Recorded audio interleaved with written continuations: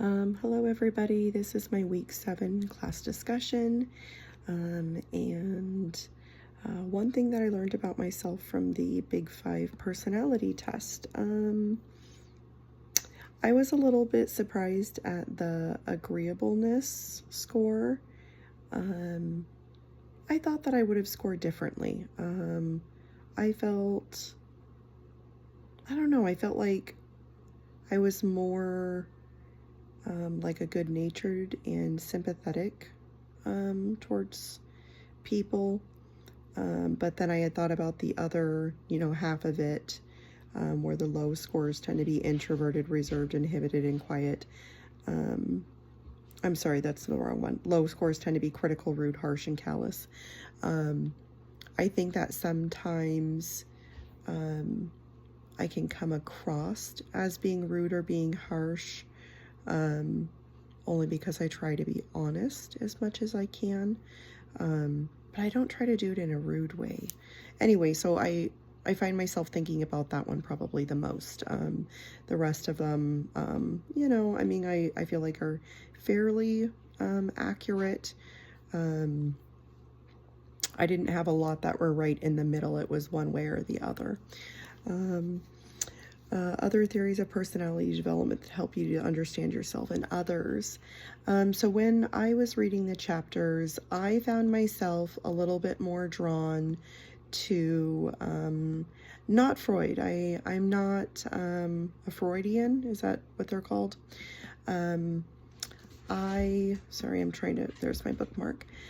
So I found myself more aligned with Erik Erikson, where there are different stages of development, and it isn't just based on your childhood or the earlier years in life, because I tend to think more of that. And then Carl Jung also, there was things within his theories that I also agreed with. Of course, the introverts and the extroverts, and, kind of striving to find a nice balance between the two, because I think that is also makes sense about people, so that you're not so far, on one end versus, all the way at the other end, and trying to have a little bit of the in-between. And then I wasn't really aligned with Karen either. Let me see. How might personality contribute to mental health challenges? So this one I feel like is such a gray area, because I do think that sometimes somebody's personality can contribute to mental health challenges.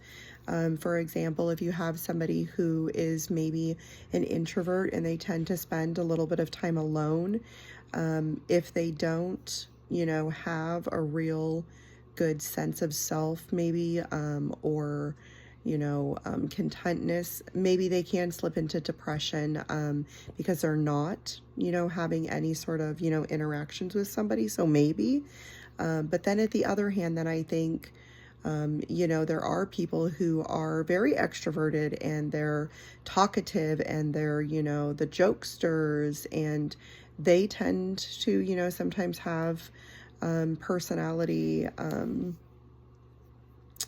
outgoingness, I guess, and they can tend to have mental health problems too. So I feel like it could really go either way. I'm not convinced that somebody's personality is directly tied to a mental health challenge that they might have. I do think that it is possible, but I'm not convinced that it's 100% reliable all the time. Do you know somebody with a mental health diagnosis? I do. Somebody, more than one somebody's. What is discouraging about mental health disorders? So, obviously, there's a missing element. There's a missing, piece, and that, of course, is, kind of the discouraging part.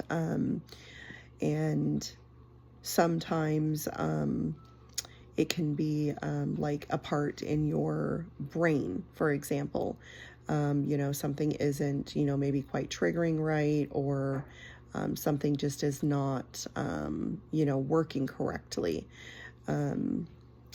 And I think the other thing that's discouraging about mental health disorders is that they can be tied to other things that are happening within somebody's body. But the encouraging part about mental health disorders is that we have come so far in our research, and there are, some cures, and there are some treatments, and there's help available. And so I think that is very encouraging if you were to have a mental health disorder of some kind.